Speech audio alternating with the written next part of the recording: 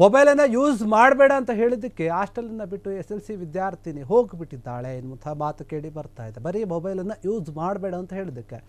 ಬಾಗಲಕೋಟೆಯ ಮುರಾರ್ಜಿ ವಸತಿ ಶಾಲೆಯಲ್ಲಿ ನಡೆದಂತಹ ಒಂದು ಘಟನೆ ಇದು.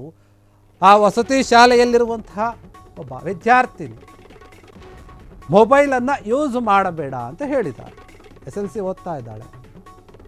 ಎಂತಹ ಒಂದು ಚಿಕ್ಕ ಚಿಕ್ಕ ವಿಚಾರಕ್ಕೆ ಹಾಸ್ಟೆಲ್ ಬಿಟ್ಟು ಹೋಗಿದ್ದಾರೆ. ಮೊಬೈಲ್ ಯೂಸ್ ಮಾಡಬೇಡ ಅಂತ ಹೇಳಿ ಸಿಬ್ಬಂದಿ ಅಲ್ಲಿರುವಂಥವ್ರು ಎಚ್ಚರಿಕೆ ಕೊಟ್ಟಿರ್ತಾರೆ.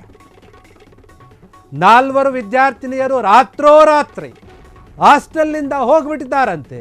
ಬಾಗಲಕೋಟೆ ಹೋಗಿದ್ದಾರೆ, ಓಡೋಗಿದ್ದಾರೆ, ನಾಪತ್ತೆಯಾಗಿದ್ದಾರೆ.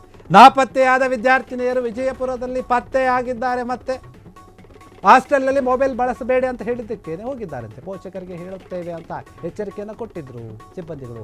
ಅಷ್ಟಕ್ಕೆ ಕೋಪ ಮಾಡಿಕೊಂಡು ವಸತಿ ಶಾಲೆಯನ್ನು ಬಿಟ್ಟು ಹೊರಗೆ ಹೋಗಿಬಿಟ್ಟಿದ್ದಾರೆ ಎಲ್ಲರೂ ಕೂಡ. 4 ಜನ ಮುರಾರ್ಜಿ ದೇಸಾಯಿಯ ವಸತಿ ಒಂದು ಹಾಸ್ಟೆಲ್ನಲ್ಲಿ ವಸತಿ ಶಾಲೆ ಏನಿದೆ ಓದ್ತಾ ಇರ್ತಾರೆ. SSLC ಅಂತ ಇನ್ನು ಓದ್ತಾ ಇರೋವಂಥದ್ದು. 10ನೇ ಕ್ಲಾಸ್ ಓದ್ತಾ ಇರುವಂಥವ್ರಿಗೆ ಮೊಬೈಲ್ ಯಾಕೆ ಬೇಕು?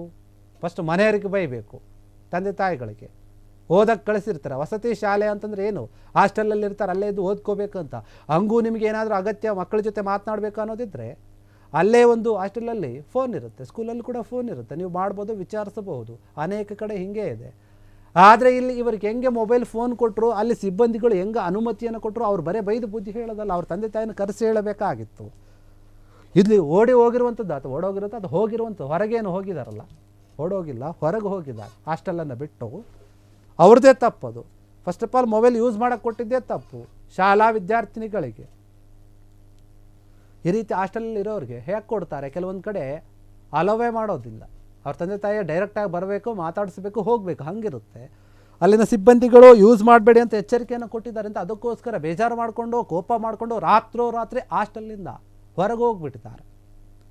ಬಾಗಲಕೋಟೆ ಮಹಿಳಾ ಪೊಲೀಸ್ ಠಾಣೆಯಲ್ಲಿ ದೂರು ಕೂಡ ದಾಖಲಾಗಿತ್ತು. ಕಾಣೆಯಾಗಿದ್ದಾರೆ ಹಿಂಗಿಂಗೆ 4 ಜನ ಸ್ಟೂಡೆಂಟ್ಸ್ಗಳು ಅಂತ ಹೇಳಿ. ಅವರು ವಿಜಯಪುರದಲ್ಲಿ ಸಿಕ್ಕಿದ್ದಾರೆ. ಹೆಂಗೆ ಹೋದ್ರು ಹೊರಗಡೆ? ಅಲ್ಲಿ ಹೆಂಗೆ ಸಿಕ್ಕರು? ಹಾಸ್ಟೆಲಲ್ಲಿ ಮೊಬೈಲ್ಗಳನ್ನು ಯೂಸ್ ಮಾಡಬೇಡಿ ಅಂತ ಹೇಳಿದ್ದೆ. ಅದಕ್ಕೆ ತಂದೆ ತಾಯಿಗಳು ನಿಮ್ಮ ಮಕ್ಕಳ ಬಗ್ಗೆ ನೀವು ಎಷ್ಟು ಗಮನ ಕೊಡ್ತೀರೋ ಅದ್ರ ಮೇಲೆ ಅವ್ರು ಹೆಂಗಿರ್ತಾರೆ ಅನ್ನೋದು ಗೊತ್ತಾಗುತ್ತೆ. ನೀವು ಅವರನ್ನು ಮೊಬೈಲ್ ಯೂಸ್ ಮಾಡೋಕ್ಕೆ ಬಿಟ್ಟಿದ್ದೀರಿ, ನೀವೇ ಅವರಿಗೆ ಮೊಬೈಲ್ ಯೂಸ್ ಮಾಡೋದನ್ನು ಕಲಿಸಿದ್ದೀರಿ.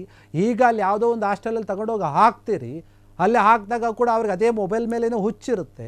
ಅಲ್ಲಿ ಬೇಡ ಅಂತ ಹೇಳ್ತಾರೆ ಅವರು. ಬೇಡ ಅಂತ ಹೇಳಿದ್ರೆ ನಮ್ಮ ಮನೇಲೇ ನನಗೆ ಹೇಳಲ್ಲ, ನೀನು ಯಾರು ಹೇಳಕ್ಕಂತ ಹೇಳಿ ಕೋಪ ಮಾಡ್ಕೊಂಡು ಹೊರಗೆ ಹೋಗಿದ್ದಾರೆ. ಹೋದ್ರೆ ಹೋಗಿ, ಏನಾದರೂ ಆದರೂ ನಿಮಗೆ ತಾನೇ ಆಗೋದು. ಸ್ವಲ್ಪ ತಲೆಯಲ್ಲಿ ಬುದ್ಧಿ ಜ್ಞಾನ ಇರಬೇಕು. ಹೆಣ್ಮಕ್ಳನ್ನ ಹೊರಗಡೆ ಓದಕ್ಕೆ ಕಲಿಸಿದಾಗ ಹೆಂಗಿರಬೇಕು, ಹೆಂಗೆ ನಡ್ಕೊಳ್ಬೇಕು. ರಾತ್ರೋರಾತ್ರಿ ಹೋಗಿದ್ರ ಅಂತಂದ್ರೆ ಏನಾದರೂ ಒಂದು ಹೆಚ್ಚು ಕಮ್ಮಿ ಆಗಿದ್ರೆ ಯಾರು ಅದಕ್ಕೆ ಜವಾಬ್ದಾರಿ? ಹಾಸ್ಟೆಲ್ ವಾರ್ಡನ್ ತಲೆ ಮೇಲೆ ಬರುತ್ತೆ, ಅವರು ಸಸ್ಪೆಂಡ್ ಆಗ್ತಾರೆ, ಅವ್ರ ಕೆಲಸವನ್ನು ಕಳೆದುಕೊಳ್ಬೇಕು. ನೀವು ಮಾಡುವಂತಹ ಈ ರೀತಿಯಾದಂಥ ಒಂದು ತಿಕ್ಕಲು ಕೆಲಸಗಳಿಂದ ಅವ್ರ ಕೆಲಸವನ್ನು ಕಳೆದುಕೊಳ್ಬೇಕಾಗುತ್ತೆ. ಹೆಣ್ಣುಮಕ್ಳು ಹೆಂಗಿರ್ಬೇಕು ಹಂಗೆ ನಡ್ಕೋಬೇಕು. ಅದು ಬಿಟ್ಟು ಯಾವುದ್ಯಾವುದೋ ರೀತಿಯಲ್ಲಿದ್ದು ರಾತ್ರೋರಾತ್ರಿ ಹಾಸ್ಟೆಲ್ ಬಿಟ್ಟು ಹೋಗ್ತೀರಾ ಹೊರಗೆ ಅಂತಂದರೆ ಹೆಂಗಿರುತ್ತೆ? ಹಾಸ್ಟೆಲ್ಗಳಲ್ಲಿ ಬೇರೆ ಬೇರೆ ರೀತಿಯಾದಂಥ ನಿಯಮಗಳಿರುತ್ತೆ. ಒಬ್ಬ ವಾರ್ಡನ್ ಮೇಲೆ ಎಷ್ಟು ಜವಾಬ್ದಾರಿ ಇರುತ್ತೆ ಅನ್ನೋದು ಅವ್ರಿಗೆ ಗೊತ್ತಿರುತ್ತೆ. ಕ್ಷಣ ಕ್ಷಣದ ಸುದ್ದಿಗಳಿಗಾಗಿ ಫ್ರೀಡಂ ಟಿವಿ ಸಬ್ಸ್ಕ್ರೈಬ್ ಮಾಡಿ, ಲೈಕ್ ಮಾಡಿ ಹಾಗೂ ಫಾಲೋ ಮಾಡಿ.